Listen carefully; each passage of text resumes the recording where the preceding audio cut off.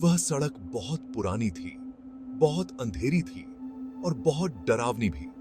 गांव वाले उसके बारे में फुसफुसाते रहते थे। कहते थे कि यह तो भूतिया सड़क है, इससे दूर रहो। लोग कहानियां सुनाते थे, डरावनी कहानियां, अजीब रोशनियों की कहानियां, अजीब आवाजों की कहानियां। कुछ लोग गए थे उस सड़क पर कभी वापस नहीं ना आए, हमेशा के लिए खो गए। रवि डरता नहीं था, वह इन कहानियों पर यकीन नहीं करता था। यूं लगता था कि ये सब बेकार की बातें हैं। वह सबको गलत साबित करना चाहता था और सबको गलत दी।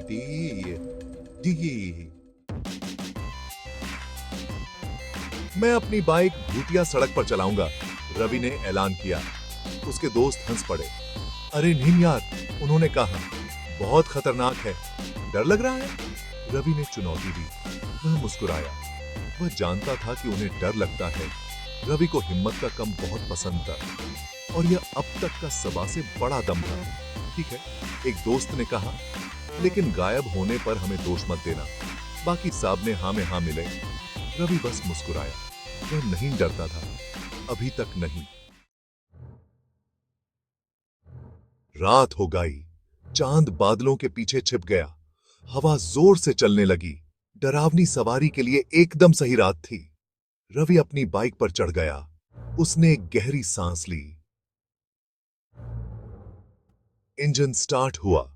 हेडलाइट की रोशनी अंधेरे में चमकी। रवि भूतिया सड़क पर मुड़ गया। पेड़ यूं घूर रहे थे, मानो वे यूं पकड़ना चाहते हों। हवा ठंडी होने लगी। रवि कांपने लगा। यूं अपनी धड़कन सुनाई देने लगी। उसने खुद से कहा, यह तो बस हवा है। पर यूसुफ खुद पर भी यकीन नहीं हो रहा था। इंजन अचानक बंद हो गया। रवि का दिल जोर से धड़का। उसने फिर से स्टार्ट करने की कोशिश की। कुछ नहीं हुआ। वह फंस गया था, अकेला, अंधेरे में, भूतिया सड़क पर। तभी उसने उसे देखा। दूर एक साया था, एक औरत का, सफेद कपड़े पहने। वह उसकी तरफ तैरती हुई आ रही थी। नींद तैर नींद रही थी, सरक रही थी। उसके पैर जमीन पर नींद थे। रवि का खून ठंडा पड़ गया। वह चीखना चाहता था, लेकिन आवाज ही नहीं निकली। वह डर के मारे जम गया था। सफेद साड़ी वाली औरत करीब आ रही थी, और करीब।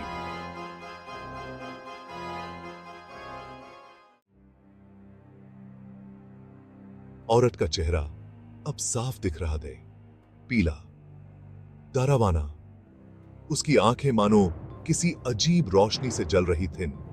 उसकी सफेद साड़ी उसके चारों ओर लहरा रही थी, भूत के कफन की तरह।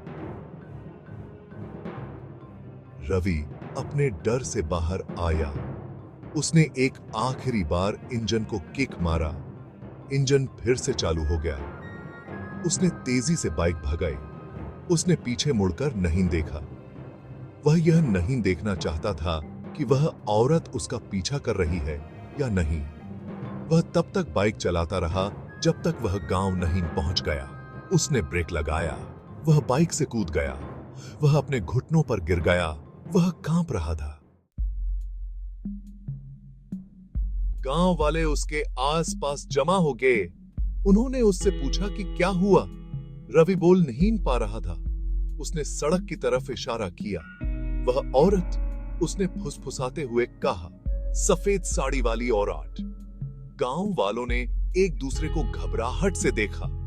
वे जानते थी, वे हमेशा से जानते थी, भूतिया सड़क सच थी और सफेद साड़ी वाली औरत उसकी रक्षक थी। फिर कभी उस भूतिया सड़क के पास नहीं गया। यूं अपना सबक मिल गया था। कुछ चीजों को वैसे ही रहने देना ही बेहतर होता है। कुछ सड़कों पर जाना ही नहीं चाहिए और कुछ कहानियां अनकही ही रहनी चाहिए।